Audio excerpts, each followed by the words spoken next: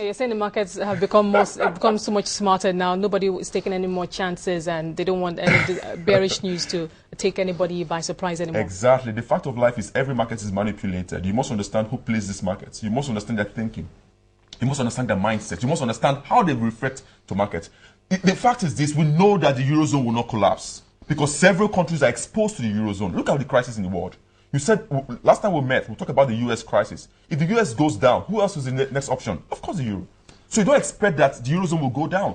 When Greece had issues, IMF stepped up to bail them out. IMF is a bank. Even the exposure of IMF doesn't prevent them from printing money because they're a bank. So you have the ECB, you have the World Bank. These guys can print money. So that tells you that a potential default might likely be impossible. However, that said, what will be the measures, which is what you're seeing today now? The ESFS bill basically will just go ahead, smooth sailing. Okay, so that will go ahead, and then yes. Greece on its own part would He's walking his own path. He's walking come his up own with path. its own Exactly. rescue Exactly. austerity measures. And do you see these inspectors who are going to arrive in Athens today giving Greece a pass mark and saying that Greece will qualify? Because Greece is facing an imminent default. I think the first week of October, they have some payments on some of the interest on their bonds. They have to meet that debt payment. Yes. So do you see Greece receiving any funds desperately? They need these funds desperately. It's a difficult one for us to say here because, well, we're not in Athens, basically. But the fact of the matter is, Greece knows that there's no option anymore. It's like a man who burns his ships. You travel to an island and you burn your ships. It means you don't have any option right now. That's quite an analogy. Exactly, you have to fight it straight up. So they don't have an option right now. They must tackle this by the horn or whatever they have to tackle. They have to tackle this head on. And that's why right now they must provide the funding to meet up these interests. Because if you sell debt instruments and you default on your debt instruments, it becomes a negative outlook for your economy. And don't forget that the banks themselves are even sitting idle on funds. The US consumers are not even spending money. Sony this morning, these are companies that are suffering, are basically complaining on the streets. It tells you what is happening to companies' bottom. Now, Jeff, there are still reports that the banks in Europe, especially the French banks that were heavily exposed to the Greek government bonds, may have to take extra haircuts on this Greek bonds. Do you? What's your view on that? Yes, we've said it before that the exposure, one of the reasons why we saw the massive response to a potential Greece default was because of the exposure of European banks. We actually gave the figures here. Over 350 billion euros was exposed, including IMF as well, and then the World Bank. So these guys were actually exposed to the Greek banks. So for the French banks, we expect them to basically take more haircuts than even 20%, if not more, than what we're seeing right now. And that's what the market players are actually forecasting. What about the impact on because many of them, the balance sheet, they have the growing holes in their balance sheets, and some of them have had to take funds from the EU.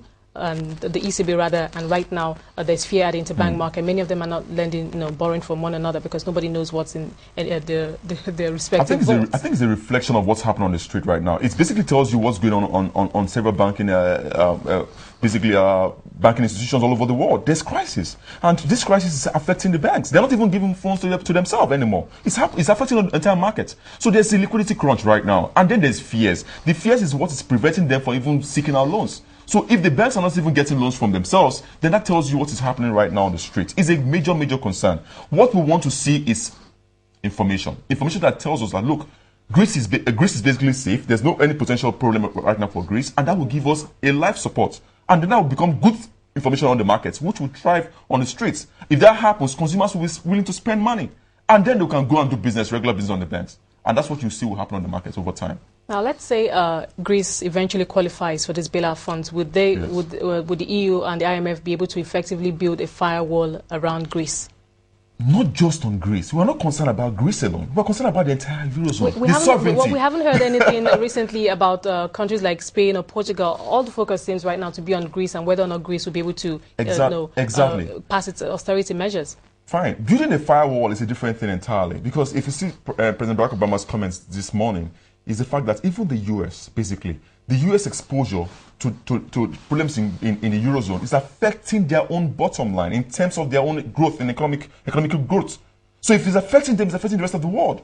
Now, if Greece basically goes through this phase, which hopefully we think will go through this phase, for a firewall is a different thing entirely because these countries still depend on a credit society. It's not a cash-driven economy. These are credit societies. So they depend on, get now, pay later syndrome, which is still there.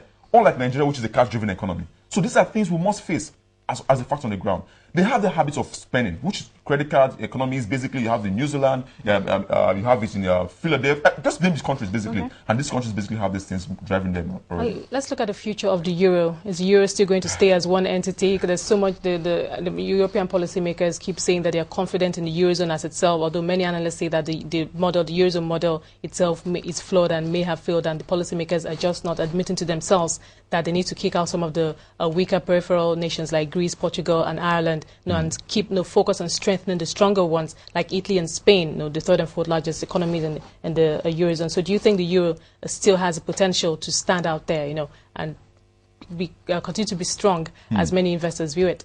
I think the synergy of the global markets would basically give us a forecast, giving us an assurance that eurozone will still stay healthy as a bloc. However, I have concerns about several players within the eurozone that still use their currencies. For example, the Germans still use their extra DAX. The Britain still use the pound sterling, but they still claim to be part of the eurozone. Now, slice or dice it, basically. The fact is this: countries or major banks can still support individual weaknesses from various countries around the eurozone. We still feel that the eurozone, basically, as a bloc, and the euro's sovereignty will still be protected. There are several countries, or even Japan, basically. Majority of Japan's companies still do their businesses from overseas, which is in Europe. Sony, for example, we mentioned Sony several times because the company is basically facing several issues. Over 30% of its sales come from the eurozone. In fact, the major, look at Japan. Let's even use Japan as a case study. Nintendo, makers of those video player games, the major products come from the eurozone. Same thing for Canon, the camera makers. They come from the eurozone. So you need these guys to become safe, basically. And then there's option. What do we mean option? Several countries in the world have their reserves tied to the US dollars. God forbid something happens to the US dollars, so to speak. What happens then? What are the options then? Is it the Chinese yuan, the Japanese yen, or the euro? That tells you what the outlook will be like. And then you have organizations, you have meetings by the G7, the G20. These guys meet to try to ensure there's stability in the financial system.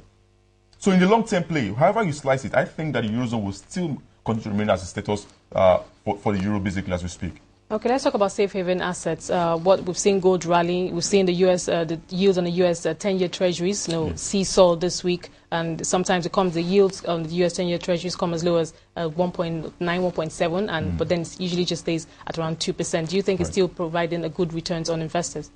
I think for right now, for this month, we've seen that markets basically are beginning to price in basically growth, because we've seen players at support levels. All the markets from stocks to bonds instruments have been at very low levels. However, the market players in the long term that has an outlook on safe haven instruments such as gold, Japanese yen, and then the US dollars. Those are three key areas where investors are looking at in the longer term to put in their funds into. So we still see the dollar doing very well. Why is the dollar so? Of course, you know the dollar's performances based on the treasury and, of course, as a safe haven currency. So the dollar is still there. Besides, commodities are priced in dollars. So dollars will still do very well in the long term.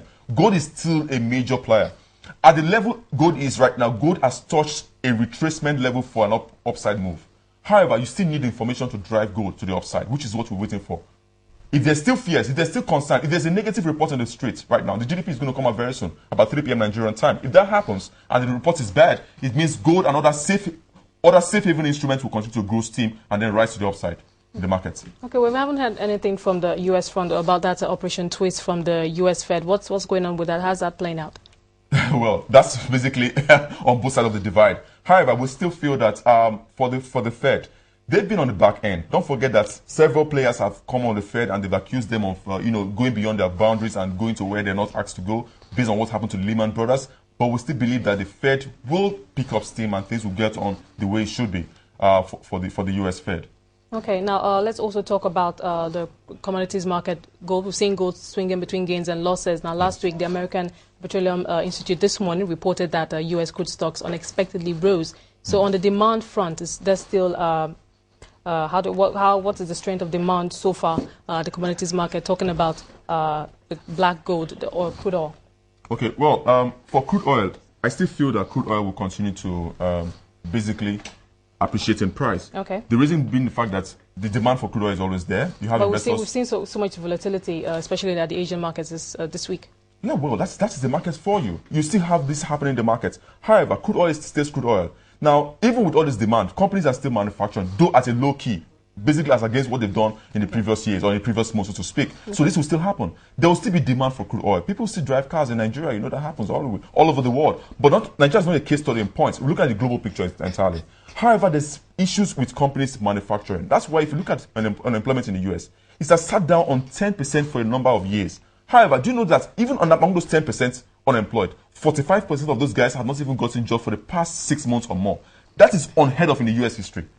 So companies, well, they're still manufacturing, but at a low key as against what they've done in the previous years. So for crude oil, the demand will still be there. But unlike other commodities you expect, for silver, for palladium, those are materials that are used in manufacturing several things, including cars, instruments, and of course electronics. They will still be on high demand. Okay, Jeff. So all in all, going forward, I know this is today's Thursday. The markets have just one more day to go. So Tomorrow, what Friday, what will be the key drivers for between today and tomorrow? Is it going to be the U.S. The GDP numbers or the outcome of the German vote today? Now, the German's outcome will be critical as well. The GDP numbers from the US will be very critical too. We expect risk appetite to be on the streets today. Okay. And I expect the numbers to turn green. However, tomorrow is Friday. Friday is seen as a risk-off day. It's the day the banks, everybody's closing shop for the weekend. So it might not be a day to expect so much movement to the upside. Okay. But for today, Thursday, we expect the market to turn green before the end of today as well. Okay.